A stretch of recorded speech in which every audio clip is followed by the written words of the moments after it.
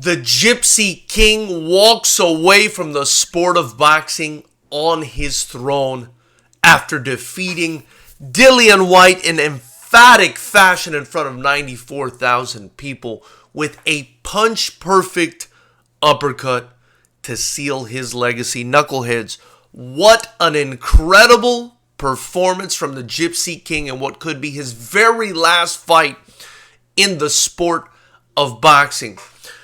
I thought, leading into this fight, I always thought, and you guys have known this if you've watched this channel, that Dillian Whyte is a very dangerous guy, and I thought this fight was going to be much harder for Tyson Fury than it was. But my goodness, has he gone up an entire level since the last time we saw him.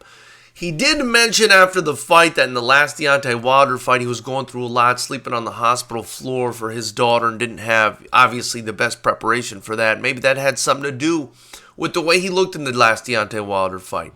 But the way he looked in this fight was the true evolution of Tyson Fury from the second Deontay Wilder fight. And listen, he has now added a one-hitter quitter to his arsenal, and his opponents, and I'm sure they don't think this way because they're fighters, but his opponents should be thankful if he decides to leave the sport. Look, if he decided to leave the sport yesterday immediately after that ridiculous performance over Dillian Whyte, I couldn't hate him in the least. The only guys that have an inkling of a chance of beating him are Usyk and Anthony Joshua.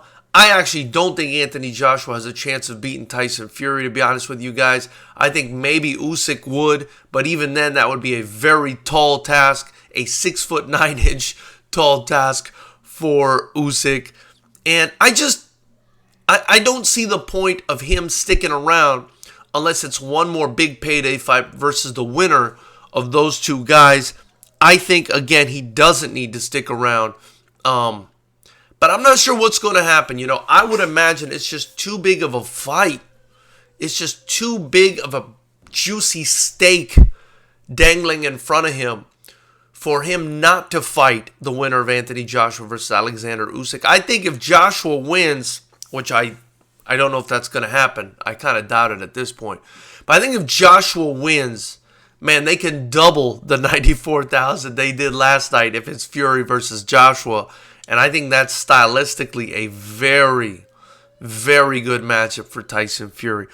Listen, Dillian Whyte was tailor-made. You know, I didn't see it. Hindsight is 20/20. I saw it last night. He was tailor-made for Tyson Fury. Too slow. Not enough technique to deal with Fury's technique. As much as I love Dillian Whyte. Strong, tough guy, but that's not enough. You got to be faster. You got to be able to close the distance. You got to somehow negate his jab. I mean, the guy's just brilliant. You know, the guy's just, he's a once-in-a-generation sort of fighter. I mean, think about it. 6'9", moving the way he was, with the defensive slickness and the boxing skills that he has, and now Sugar Hill's taught him to knock you out with one punch. The guy's just a problem all the way around. So, my question to you guys and Knucklehead Nation is this the end for Tyson Fury? Do we see him back in there in the AJ versus Usyk winner? Or does he do exhibitions like he's talking about with, you know, like Mayweather did versus Ngannou and all these other people? Let me know what you guys think after you leave your comments below. Be sure to like, subscribe, and join the channel to help support me, or get your Fighters Rep gear in the link below to support us. Also, we've got Fighters Rep 13 coming this Friday. Top-notch kickboxing at the Commerce Casino in Los Angeles. Get your tickets or live stream at FightersRep.com, or you can just join the channel for $9.99 a month to watch it. Get your tickets, man. You're not going to want to miss it. It's going to be a fantastic show. I look forward to hearing what you guys have to say about Tyson Fury.